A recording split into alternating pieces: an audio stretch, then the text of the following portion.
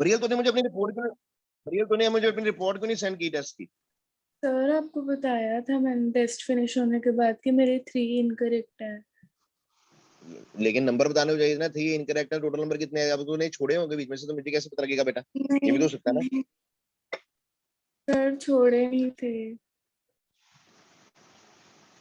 अभी मुझे इस क्लास के बाद रिपोर्ट सेंड करना, अपने टेस्ट की रिपोर्ट आई होगी आपको ना। सर पॉसिबल कैसे है? स्क्रीनशॉट तो लेने नहीं दे रहे। तो तुम्हारा टेस्ट सबमिट क्यों नहीं हुआ फिर? सभी को मैसेज आया, सर आपको मैसेज क्यों नहीं आया? आपके सर मोबाइल पे वो दूसरा, आपके मोबाइल पे बेटा नॉर्मल मैसेजेस आते हैं वैसे? यस सर, सबमिशन का मैसेज आया मुझे, मेरे को ये रिजल्ट शो हुआ है कि मेरे 3 इनकरेक्ट है। नहीं, वो तो मेरे को पता लग जाएगा बेटा, मैं आप पे देखूंगा जाके।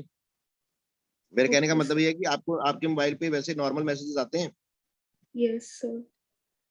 जो टेक्स्ट मैसेज होते हैं। यस कई सर। बार हमने बंद किए होते हैं ना वो। नो सर, ऐसा कुछ नहीं है। चलिए कोई बात नहीं बेटा। नेक्स्ट देखिए बेटा, अब हम नेक्स्ट टॉपिक की ओर मूव कर रहे हैं। जो मैंने कल टॉपिक कराया था, मैं उम्मीद करता हूँ कि आप लोगों को वो क्लियर है, सभी को वो फॉर्मूला आ गया। Nu is equal to c upon delta, electromagnetic spectrum करा दिया था, उसकी ऑर्डर में आप लोगों को याद करना, कर लोगे? Yes sir. इलेक्ट्रोमैग्नेटिक स्पेक्ट्रम का ऑर्डर आप लोगों को आना चाहिए। मैं उम्मीद करता हूँ कि आप लोग उसको याद कर लोगे। अब कल हम लोगों ने बात करी थी वेव नेचर ऑफ रेडिएशंस की। हाँ, हम लोगों ने पहले बोला था कि न्यूटन ने थोड़ा सा जिक्र किया था। उसके बाद हम लोगों ने वेव लाइक नेचर की बात की, फिर हम लोगों ने इलेक्ट्रोमैग्नेटिक रेडिएशंस के बारे में बात की। पहले न्यूटन आए, फिर हाइजेंस आए, उसके बाद हमारे पास आ गए, क्या नाम था उनका भाई साहब का, जेम्स क्लार्क मैक्सवेल। ठीक है बेटा। यस। अब हुआ क्या बेटा, तो ये जो हमारे पास इलेक्ट्रोमैग्नेटिक थ्योरी ऑफ रेडिएशन थी ना, जो मैक्सवेल ने दी थी बेटा, ठीक है, इसने इसने एक तो माना था कि जो रेडिएशंस है ना बेटा, जो रेडिएंट एनर्जी है, दैट इज ट्रांसफर्ड और that can be exchanged continuously. ठीक है बेटा, इन the form of a wave. लेकिन इस थ्योरी में भी बहुत कुछ डाउटफुल था। जैसे कि कुछ तो फिनोमेना हमने एक्सप्लेन कर लिए लास्ट थ्योरी में से, वेव थ्योरी से और जेम्स क्लार्क मैक्सवेल थ्योरी से। कुछ फिनोमेना तो हमारे एक्सप्लेन हो गए, लेकिन अभी भी कुछ ऐसे फिनोमेना थे जो एक्सप्लेन नहीं हो पा रहे थे। Just like black body radiation हो गया, फोटोइलेक्ट्रिक इफेक्ट हो गया। ठीक है, ऐसे ही अभी फिनोमेना थे जो एक्सप्लेन नहीं हो पा रहे थे। अगर हम लोग और these radiations are considered as electromagnetic radiations, और इनको हम एज अ वेव कंसीडर करें, तब भी हम लोग इन फिनोमेना को एक्सप्लेन नहीं कर पा रहे थे। तो there came a new scientist बेटा। तो यहाँ पर उदय होता है एक और साइंटिस्ट का, एक और थ्योरी का। और थ्योरी का हम लोग जो नाम देंगे, that is particle nature of electromagnetic radiations. क्या बोलेंगे हम इसको बेटा?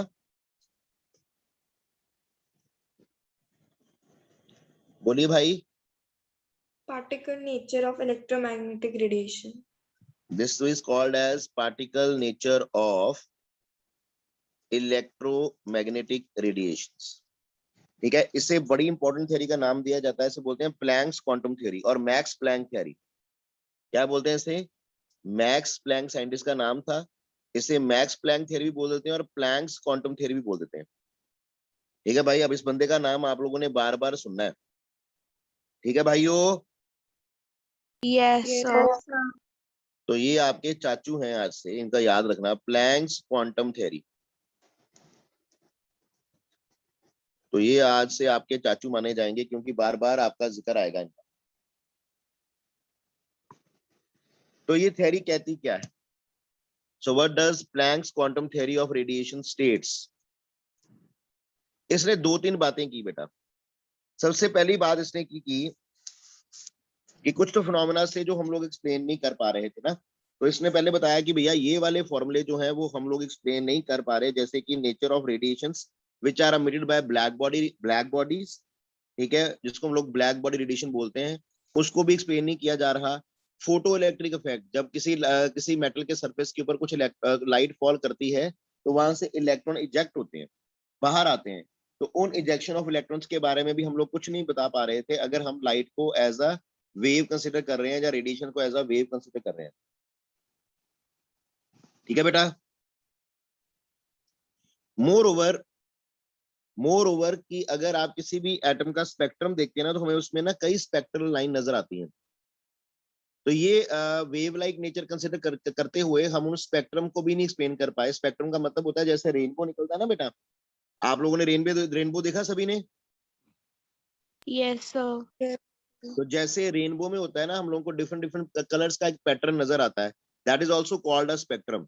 इसी तरह अगर एटम्स का देखा जाए, प्रिज्म के थ्रू देखा जाए, तो एटम का भी हम लोगों को ना स्पेक्ट्रम नजर आता है। जैसे आप लोगों ने सेलो पेन से देखा होगा, सेलो का पेन आता था एक, जिसमें कहते हैं सब कुछ दिखता है, ऐसी ऐड आती थी उसकी।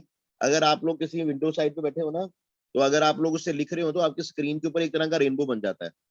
देखा बेटा कभी किसी ने? That rainbow sir like thing is called a pattern, उसको सर स्पेक्ट्रम स्केल बोलते हैं। स्केल के थ्रू देखा हुआ है। किसके थ्रू भाई, किसके थ्रू देखा है? स्केल के थ्रू। हाँ, स्केल के थ्रू आप सर देख लीजिए। स्केल के थ्रू। हाँ हाँ, मान के चलता हूँ बेटा, ऐसा भी देखा होगा आपने, स्केल के थ्रू भी देखा होगा। ठीक है बेटा? Okay sir. Yes, sir. चलिए भाई साहब, नेक्स्ट देखिए आपके पास क्या आएगा। तो उस भाई साहब ने कहा कि अगर क्योंकि ये चीजें एक्सप्लेन नहीं हो पा रही, तो in order to explain these things, Max Planck in the year 1900, ठीक है, उसने एक थ्योरी दिया which is called Planck quantum theory. और ये थ्योरी क्या सोचती है? It this theory regards the electromagnetic radiation as particles. बेटा उसने बोला कि जितनी भी इलेक्ट्रोमैग्नेटिक रेडिएशन है, they are all made up of particles, वो पार्टिकल्स के बनी हुई है। और उसने कुछ हमें पोस्टुलेट्स दिए, जिसका सबसे पहला पोस्टुलेट ये था कि उसने माना, जैसे कि मैंने बोला कि उसने माना कि जितनी भी इलेक्ट्रोमैग्नेटिक रेडिएशंस हैं, they are made up of particles, ठीक है, वो पार्टिकल्स की बनी हुई है। और उसने पहले पॉइंट में बोला कि दी रेडिएंट एनर्जी, जो रेडिएंट एनर्जी है, ठीक है, इन इलेक्ट्रोमैग्नेटिक रेडिएशंस की, the radiant energy is not emitted, is not emitted continuously, is not emitted continuously, जैसे कि पानी फ्लो करता है वैसे नहीं होता continuously, but डिसकॉन्टिन्यूसली, but डिसकॉन्टिन्यूसली, डिसकॉन्टिन्यूसली in the form of emitted और absorbed भी लिख लो, emitted और absorbed, not emitted or absorbed continuously but discontinuously, ठीक है बेटा, discontinuously in the form of small packets of energy, small packets of energy called the quantums, quanta, quantum और quanta। Now this is a very very good, very very big point, और ये बड़ा milestone साबित हुआ जो भी हमारी radiations को लेके थ्योरी थी। पॉइंट क्या कहता है कि जितनी भी रेडिएंट एनर्जीज हैं, they are not emitted or absorbed continuously, they are not emitted or absorbed continuously but discontinuously in the form of small packets of energy called quantum। अगर एक पैकेट है, अगर ज्यादा है, उसका प्लूरल है, तो उसको बोलते हैं क्वांटा। एम आई क्लियर बेटा? कि जितनी भी Yes, रेडिएंट sir. एनर्जी आप लोग एमिट करोगे, जब अब्सॉर्ब करोगे, वो पानी की तरह नहीं बहेगी जैसे कि झरना बह रहा है लगातार कॉन्टिन्यूसली, ऐसे नहीं होगा, रादर वो डिसकॉन्टिन्यूसली जाती है, जैसे कि बारिश की बूंदें गिरती हैं, जैसे कि हेल स्ट्रॉम होता है, ठीक है, जैसे कि आप लोग किसी को एक दो पैकेट देते हो किसी चीज के, ठीक है भाई, तो it will be transformed, it can be transferred, it can be emitted और absorb in the form of small packets of energy. छोटे पैकेट ऑफ एनर्जी जाएंगे, जिनको हम लोग क्या बोलते हैं? क्वांटम बोलते हैं। अगर एक पैकेट और एक से ज्यादा है तो क्वांटा। एम आई क्लियर बेटा? Yes, sir. Yes, sir. चलो आगे। अब अगर आप लोग स्पेसिफिकली लाइट की बात कर रहे हैं, in case of light,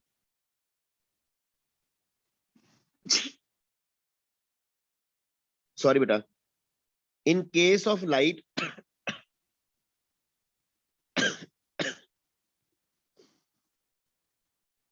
these packets of energy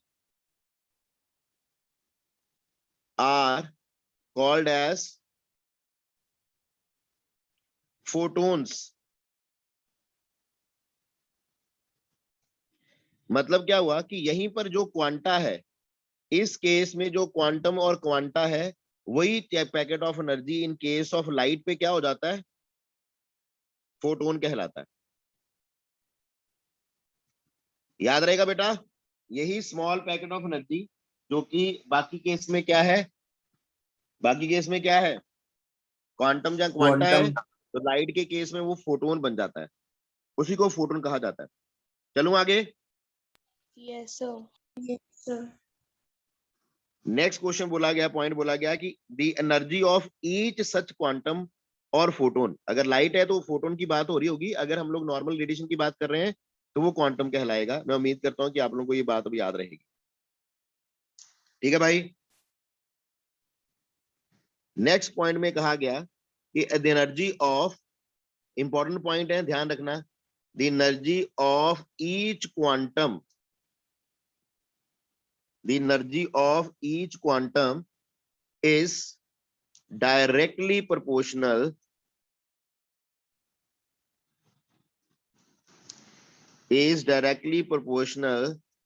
to the frequency of the radiation, directly proportional to the frequency of the radiation, that is कि जो एनर्जी होगी किसी भी क्वांटम की या फोटोन की, that will be directly proportional to its frequency, वो उसकी फ्रीक्वेंसी के डायरेक्टली प्रोपोर्शनल होगी। अब फ्रीक्वेंसी के बारे में आप लोग पढ़ चुके हो सारे, क्यों भाई लोग? Yes, sir. Yes, sir. तो ये एनर्जी और ये फ्रीक्वेंसी। अब आप लोगों को पता है जब भी प्रोपोर्शनलिटी का साइन हटाया जाता है तो कोई ना कोई कांस्टेंट आता है बेटा, Yes, sir.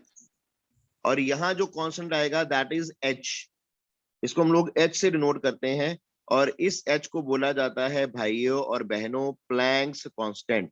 तो आज आप लोग इस नए कांस्टेंट के बारे में जानकारी लेंगे, इसको बोलते हैं प्लैंक्स कांस्टेंट। ठीक है भाई। Yes, sir. और इसकी वैल्यू आप लोगों की टिप्स पे हो जानी चाहिए, इसको याद कर लीजिए, that is 6.626 into 10 raised to power minus 34 joule seconds. याद कर लीजिएगा बेटा, इस 6.626 in 10 raised to power minus 34 joule seconds.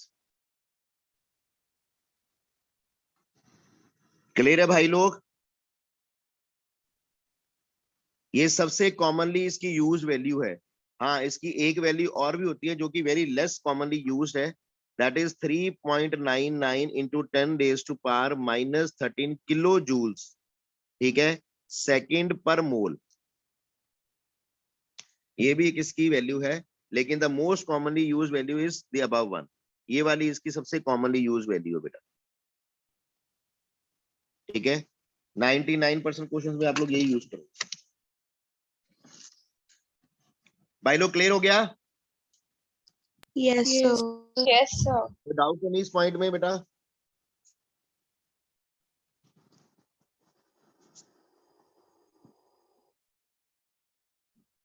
हाँ बेटा, ये भी होगा, वो तो कन्वर्ट किया ना आदेश।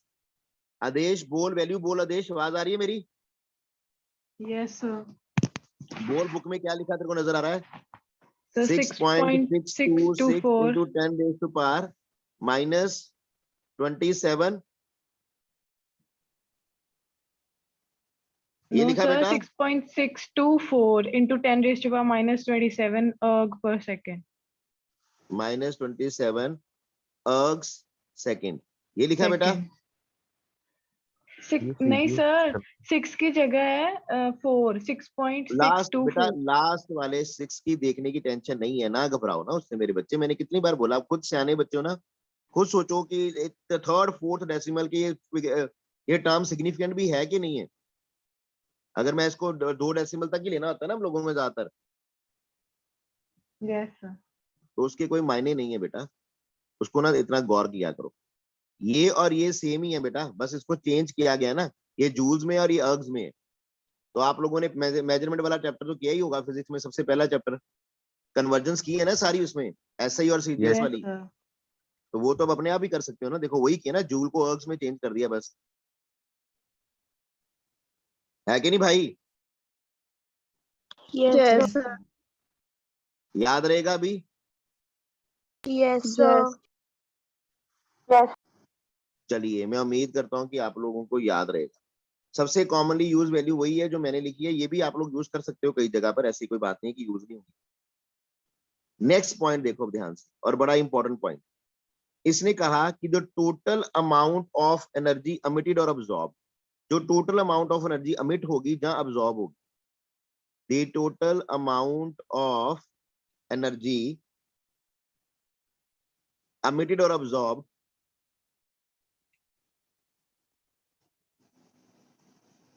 absorbed by a body is some whole number multiple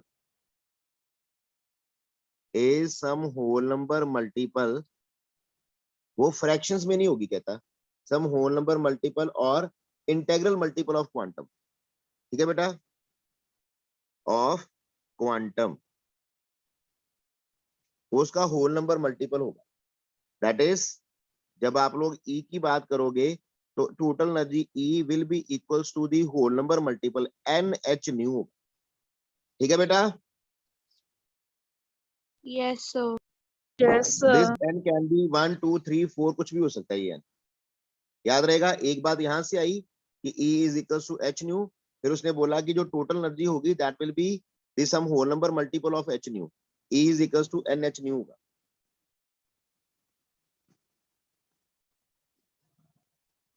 ठीक है बेटा, Yes, sir. इससे हम लोग इसी को एक और पॉइंट में चेंज कर सकते हो। आप लोग इसको बोलेंगे द एनर्जी इज क्वांटाइज्ड। क्या कहेंगे इसको आप लोग? Radiant energy is quantized. अब आप लोगों के लिए एक नया वर्ड आया, क्वांटाइज्ड। कभी आपने ये वर्ड सुना?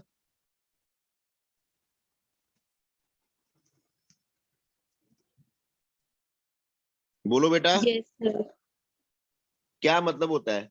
एक वर्ड होता है क्वांटाइजेशन ऑफ एनर्जी, इसको क्या बोलेंगे आप लोग? Yes, sir. Quantization of energy.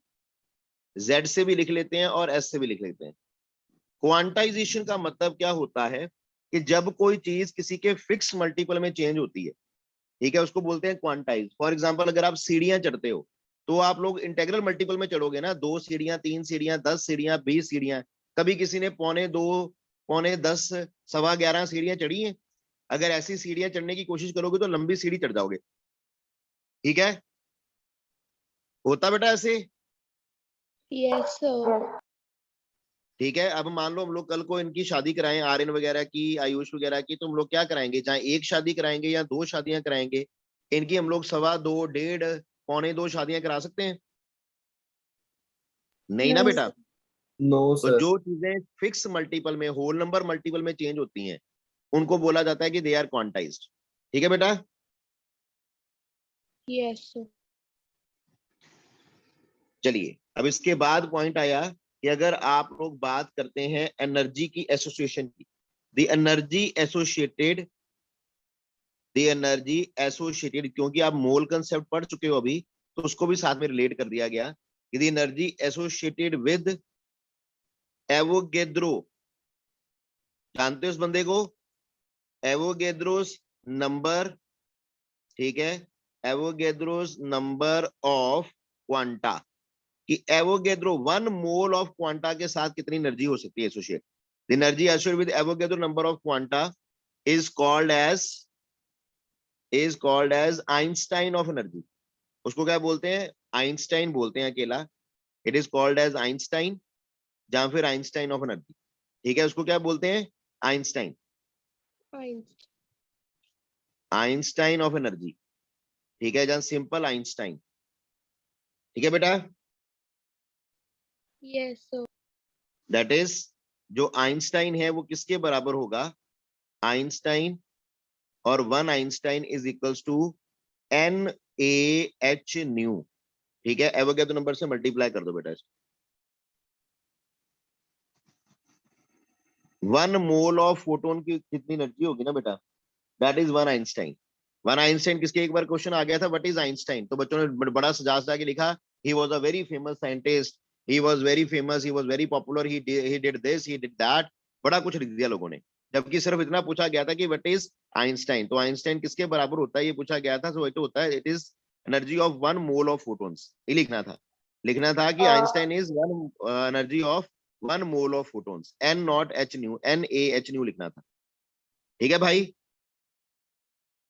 Yes sir. तो इतना ध्यान रखना कि वहां पर आप लोग ये सब कुछ ना लिख के आ जाना, ये सब कुछ ना लिख के आ जाना कि आइंस्टाइन कौन था, कैसा था, सुंदर था, नहीं था, ये बातें नहीं पूछी उसने।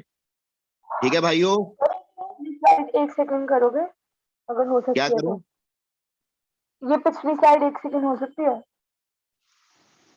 कर सकते हैं भाई। 1 सेकंड कर दोगे? कौन कौन रहा है? स्तुति, हाँ जी, स्तुति बोल रही हूँ। स्तुति कर देता हूँ बेटा, ठहर देखो, ये सारा डिलीट करके फिर होगा, अभी भी कर, थोड़ी देर में कर देता हूँ। ठीक है बेटा, आप मुझे बता ही दो वो लास्ट वाला फॉर्मूला, लास्ट लाइन में क्या लिखा था? ये लिखा था बस E is equal to N H nu. हाँ बस ठीक है। ये जो एमिटेड एनर्जी है, जो रेडिएंट एनर्जी है, that is integral multiple of H new, वो इंटीग्रल मल्टीपल होगा एच न्यू का। ये सबको क्लियर हो गया बेटा? Yes. Yes Yes, sir. अच्छा, सबको याद है क्या कि न्यू किसके बराबर था? कल कराया था, क्या इसको सी अपॉन लैम्डा लिख सकते हैं? Yes. यस तो ये आ जाएगा आपके पास, ये भी आप लोग फॉर्मूला बना सकते हो यहाँ से। ठीक है भाइयों, Yes. Yes sir sir. ये एन ए लिखा है। एन ए यहाँ पर ये वाला यस सर। एन नॉट लिख लो, एन ए लिख लो। मैंने एवोगैड्रो नंबर को एन नॉट से नोट कर दिया ना यहाँ पर बेटा, तो मैंने Okay. नॉट ही लिख दिया। अगर ए से लिखूंगा तो ए लिख दो, एवोगैड्रो नंबर है ना ये। Okay sir. अब यहाँ से ये पहली बार ऐसा हुआ था इस समय कि किसी इस बंदे ने रिलेशन बनाया था फ्रीक्वेंसी में और एनर्जी में। किसी बंदे ने फ्रीक्वेंसी या वेवलेंथ में एक रिलेशन दिया था, तो ये relation was given by Planck, Max Planck. तो यहाँ से हम लोगों को क्या पता लगा कि जो कॉस्मिक रेज हैं, गामा रेज हैं, एक्स रेज हैं, जिनको कल बात कर रहे थे, these are high energy radiations. यहाँ से ये पता लगा ना कि उनकी एनर्जी ज्यादा है, क्योंकि उनकी फ्रीक्वेंसी ज्यादा है। अगर फ्रीक्वेंसी ज्यादा होगी तो एनर्जी ज्यादा होगी, अगर वेवलेंथ से कम है तो एनर्जी ज्यादा होगी।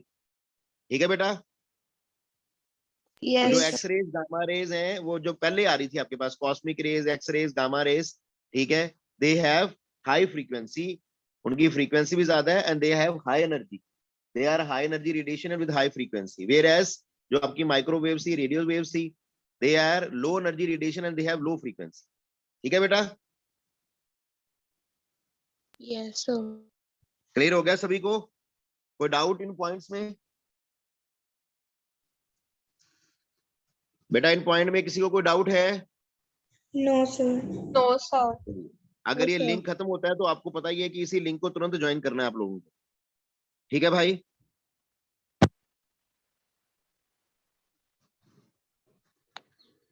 चला जाए आगे। एक्सक्यूज हाँ बेटा बोलो। सर, आप एक बार क्वांटाइज्ड और क्वांटाइजेशन ऑफ एनर्जी की डेफिनेशन बोल दो। मैं कोई भी चीज बेटा, सिर्फ एनर्जी नहीं, something which is a whole number multiple of something, anything which changes in whole number multiple of a given quantity will be called quantize बेटा, उसको क्वांटाइज बोला जाता है। हाँ, sir. रेडिएंट एनर्जी क्वांटाइज का मतलब कि radiate energy is always emitted और absorbed as a whole number multiple of H nu. ठीक है, as a whole number multiple of H nu. जैसे अभी कशिश मलिक ने नीचे एग्जांपल में लिखा चार्ज, जैसे चार्ज है, ठीक है, इलेक्ट्रिकल चार्ज भी क्वांटाइज होता है ना, आप लोगों ने फिजिक्स में पढ़ा होगा। ठीक है ना, जहां आप किसी के साथ 10 चार्ज दोगे, 10 इलेक्ट्रॉन किसी को दोगे, जब 20 इलेक्ट्रॉन दोगे, सिर्फ समझ आ गया सर, वो इलेक्ट्रॉन भी अगर हम डेफिनेशन लिखनी थी। चलो कोई बात नहीं, ठीक है बेटा, सर चलो आगे। डेफिनेशन। डेफिनेशन बोलूं? यस सर, एक मिनट लिखनी थी। लिख लो, रेडिएट एनर्जी